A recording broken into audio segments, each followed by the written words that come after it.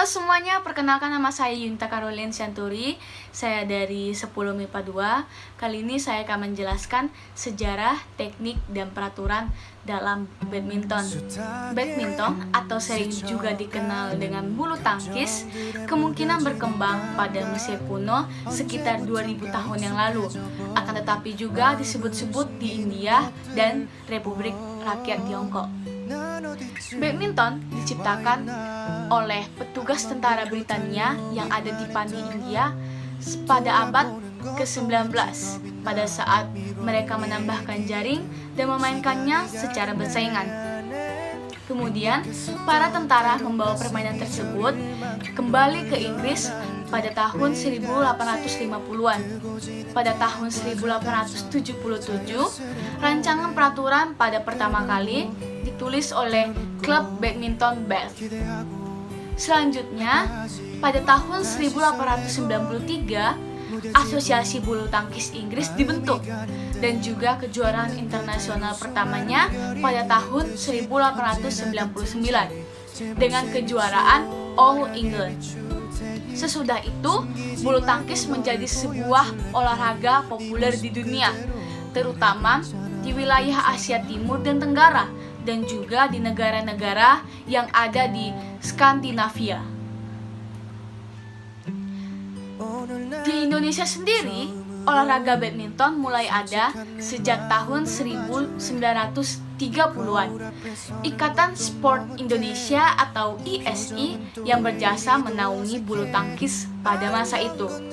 Bulu tangkis semakin berkembang pada masa setelah kemerdekaan Indonesia. Pada 1947 terbentuklah Persatuan Olahraga Republik Indonesia atau PORI. Setelah terbentuknya PORI, organisasi khusus bulu tangkis pun terbentuk, yaitu Persatuan Bulu Tangkis Seluruh Indonesia atau PBSI pada tanggal 5 Mei 1951. Oke, di sini saya akan menjelaskan peraturan dalam bulu tangkis. Yang pertama ada peraturan lapangan. Ukuran lapangan bulu tangkis sesuai standar internasional harus berbentuk segi empat atau persegi panjang dengan ukuran 13,40 meter. Lapangan ditandai dengan garis berwarna yang dapat terlihat dengan jelas seperti putih, hitam, kuning, dan warna lainnya pada batas ukuran yang sudah ditentukan. Tebal garis-garis lapangan tersebut adalah 3,8 cm. Garis tersebut juga menjadi batas out badminton.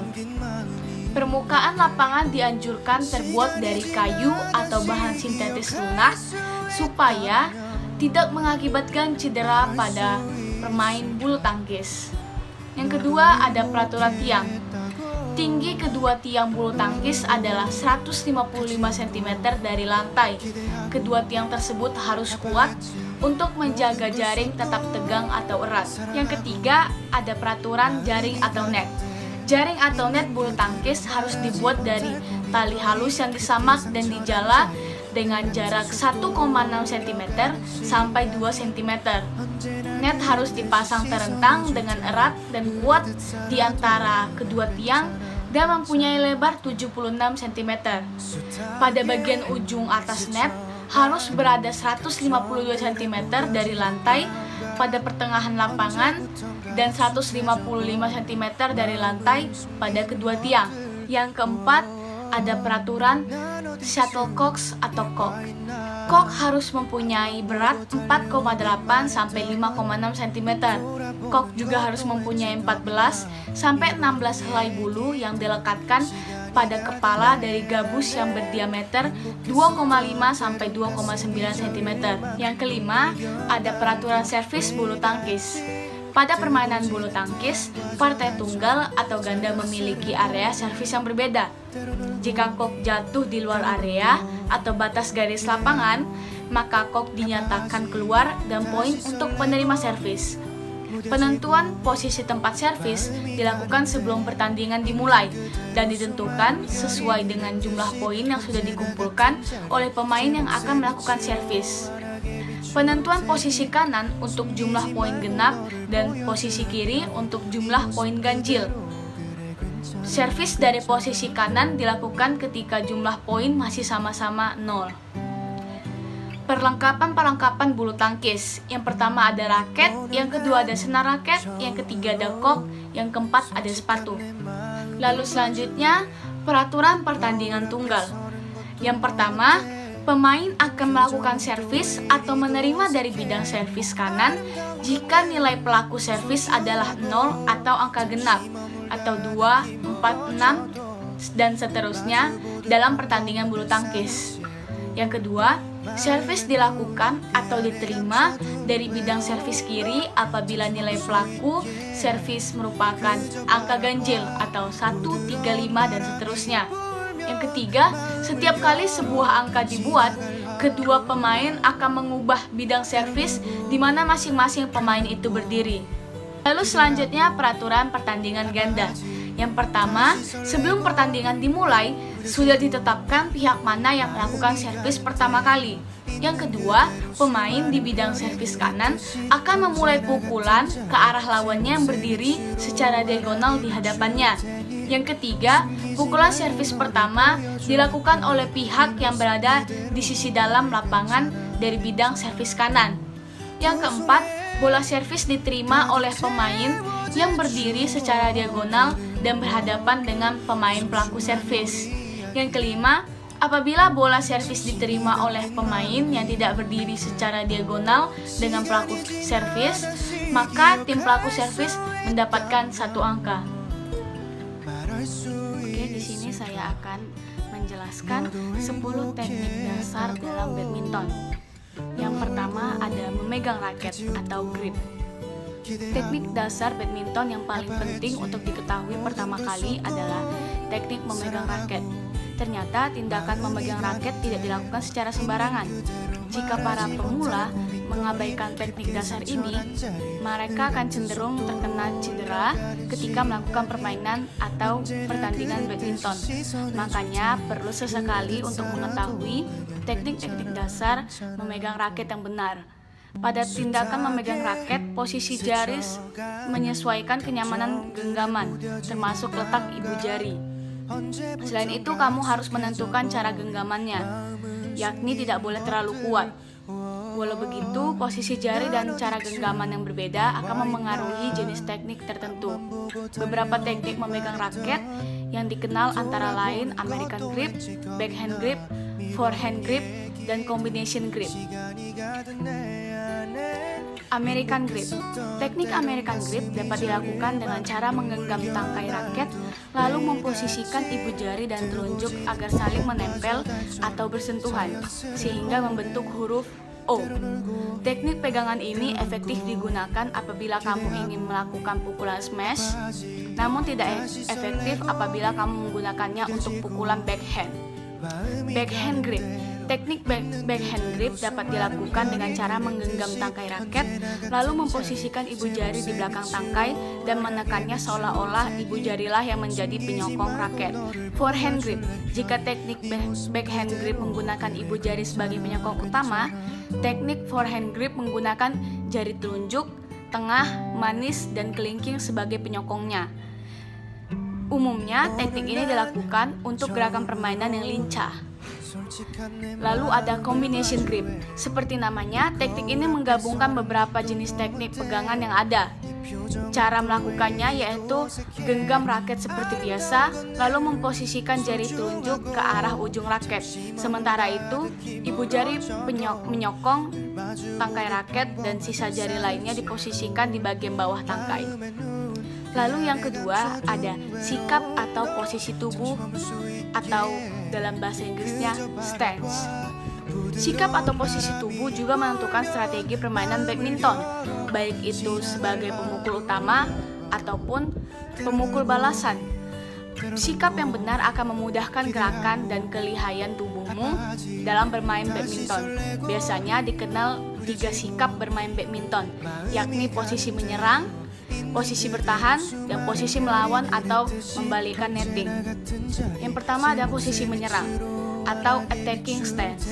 Untuk menerapkan posisi penyerang, gerakan tubuhmu ke dekat garis-garis lapangan atau area serang dan lebarkan kuda-kuda kakimu. Setelah itu, angkat kedua lenganmu untuk menyiapkan kekuatan dan daya pukul. Yang kedua, ada posisi bertahan atau defensive stance. Untuk menerapkan posisi bertahan, kamu harus mengerahkan tubuhmu menghadap net dan memposisikan raket di depan pinggang atau perut. Lalu yang ketiga, ada posisi melawan atau membalikkan netting atau net stance. Net stance biasanya dilakukan ketika lawanmu tampak ingin melakukan netting. Untuk mengantisipasi netting, kamu harus berada di dekat net. Setelah itu, raket perlu diposisikan di depan tubuhmu sementara tubuhmu dimajukan sedikit agar kamu siap melakukan lompatan ke depan. Lalu yang ketiga ada gerak kaki atau footwork. Gerakan kaki pun perlu untuk diatur.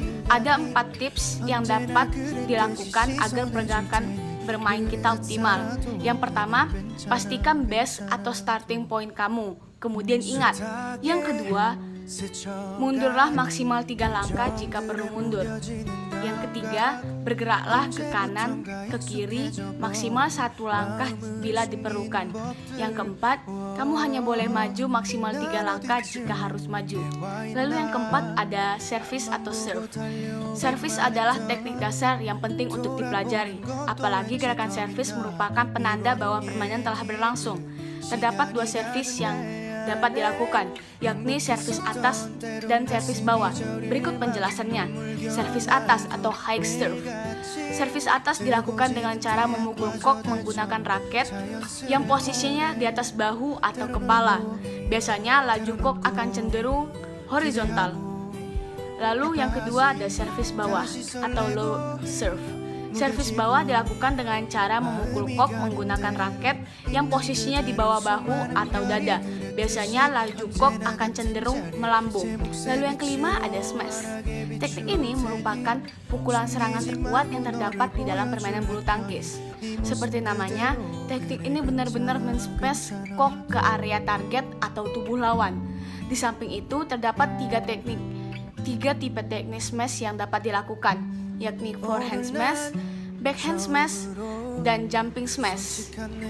Forehand smash. Teknik forehand smash adalah pukulan kok kuat yang dilakukan di atas kepala. Lalu backhand smash. Teknik backhand smash merupakan salah satu teknik yang paling sulit dilakukan dalam permainan badminton. Bahkan para profesional saja kesulitan melakukannya. Untuk melakukan teknik ini, kamu harus menggunakan teknik genggaman backhand grip, lalu melepaskan pukulan yang kuat. Lalu ada jumping smash. Sebenarnya teknik ini merupakan teknik forehand smash yang dilakukan dengan lompatan saja. Cara memukulnya masih sama dengan teknik forehand smash. Lalu yang keenam ada drop shot. Teknik drop shot dapat kamu lakukan dengan cara memukul kok ke area tengah atau depan lawan secara cepat maupun standar. Teknik ini dilakukan untuk memaksa lawan bergerak ke depan areanya, sehingga kamu dapat menyerang ke area tengah atau belakangnya. Lalu yang ketujuh ada clear atau lob. Teknik clear atau lob merupakan kebalikan dari teknik drop shot. Apabila drop shot ditujukan agar lawan main terpaksa pindah ke area depannya, clear membuat lawan main harus bergerak mundur ke area belakangnya. Jadi kamu harus menargetkan area belakang terlebih dahulu sebelum menyerang area depan atau tengah. Yang kedelapan ada netting. Salah satu teknik dasar bulu tangkis yang sulit dilakukan adalah netting. Teknik ini membutuhkan intuisi, kecermatan, dan kecepatan yang baik, sementara kekuatan yang dibutuhkan hanya kecil. Untuk melakukan teknik ini, kamu harus berada di dekat net dan memantulkan kok ke dekat net, dan memantulkan kok di atas net secara tepat. Nantinya kok akan jatuh di dekat net area lawan. Lalu yang kesembilan ada overhead. Teknik pukulan bulu tangkis overhead dilakukan dengan cara yang sama seperti smash atas atau forehand smash. Perbedaannya hanya terletak pada daya pukulannya saja. Overhead tidak perlu membutuhkan banyak daya pukul. Yang ke-10 ada drive. Teknik dasar bulu tangkis terakhir yang perlu kamu ketahui adalah drive. Teknik ini dapat dilakukan dengan cara memukul kok secara cepat, agak mendatar, namun umumnya teknik ini dilakukan oleh pemain ganda. Gunanya yaitu untuk memojokkan lawan agar mereka tetap berada pada posisi bertahan alias tidak mengangkat raketnya. Oke, sekian yang dapat saya sampaikan, kurang lebihnya mohon maaf.